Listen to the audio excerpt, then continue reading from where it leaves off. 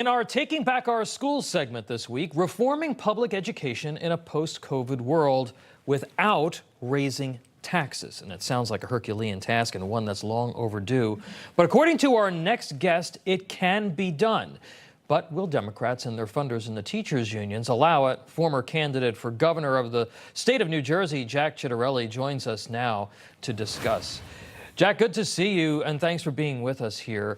Let's talk about Newark, which is the largest city in your state, but not unlike other urban areas around the country. There's new data from New Jersey's state standardized tests show 3/4 of Newark's 3rd through 8th graders aren't on grade reading level. It's a nationwide issue. I mean, that's 75%. Nationwide issue. Why are we seeing these schools underperform despite the massive budgets that they have?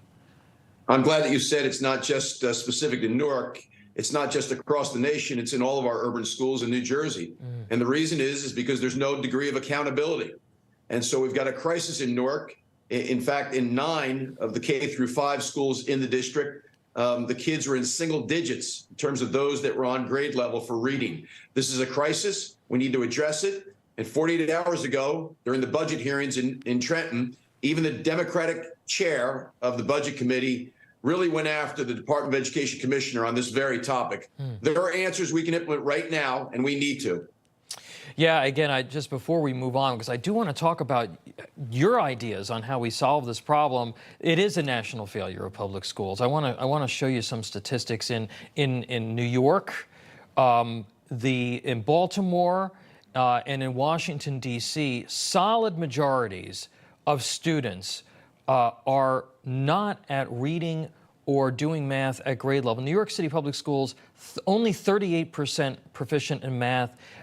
In Baltimore, 93% of 3rd through 8th graders can't do math at grade level. In Washington, D.C., the numbers are atrocious as well. Only 31% of Latino 3rd through 12th graders are proficient in English. Jack, Democrats say that this is systemic racism. That's the product of the systemic racism, and that there needs to be more money to solve this problem. But that's not true. And in fact, to me, and this is me speaking, it's kind of de facto segregation not to fix this. But how do you do it without overburdening taxpayers?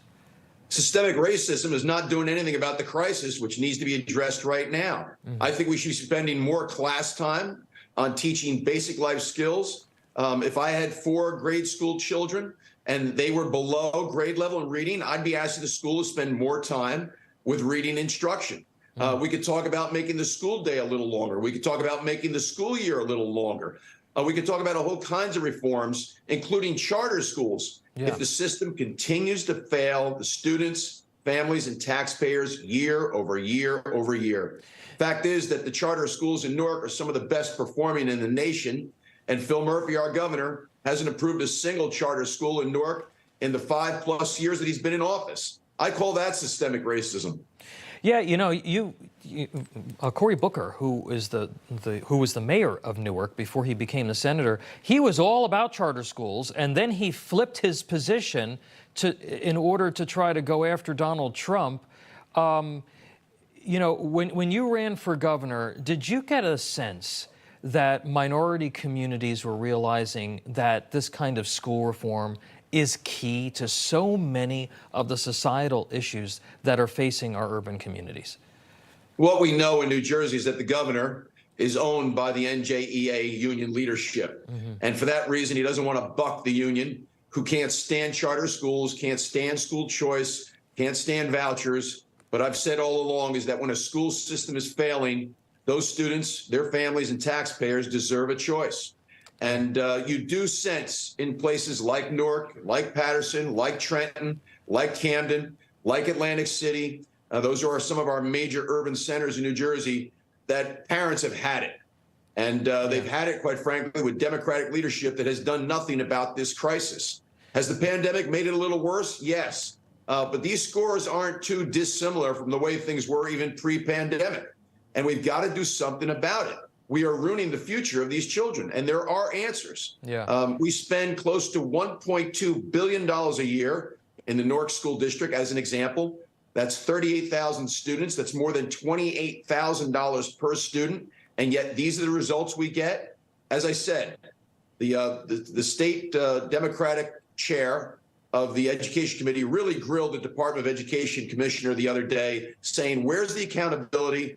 Where's the ideas for improved outcomes? We're not seeing it, and we need to. And I know you've also supported vouchers and tax credits as well. You came very close, Mr. Ciattarelli, a couple of years ago, very close. You almost shocked the nation by winning that election. Will we see your name on the ballot again coming up? It's no secret. It is my intention, my plan to run again. And the reason why we're so close and the reason why I believe we'll be successful next time is we will continue to go into the urban centers and talk about all the things that the majority party in New Jersey for the past 30 years has not done. And they've been promised educational justice along with social justice, environmental justice, economic justice. Promises made and a whole lot of promises broken. Well, I wish more Republicans would go into the inner city and do what you did. Jack Ciattarelli, thank you so much for being with us. Appreciate it. Thank you for having me.